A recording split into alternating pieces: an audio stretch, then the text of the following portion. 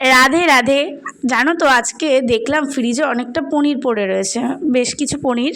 তা আমি ভাবলাম যে কী বানাবো, তাহলে এই রেসিপিটাই বানিয়ে ফেলি, একটু ইউনিক।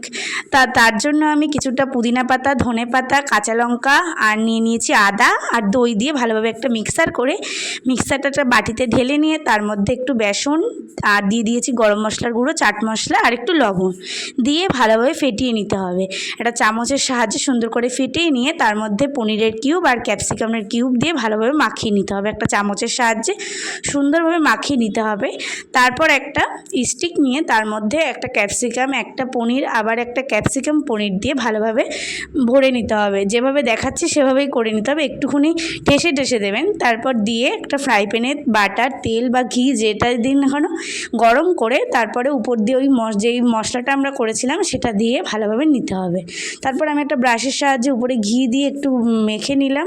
মাখিয়ে নিয়ে তারপরে ভালোভাবে লাল করে একটুখানি ভেজে নিয়ে একটা গ্যাসের ওভেনে একদম লো ফ্লেমে একটুখানি ভালোভাবে পুড়িয়ে নিয়েছি।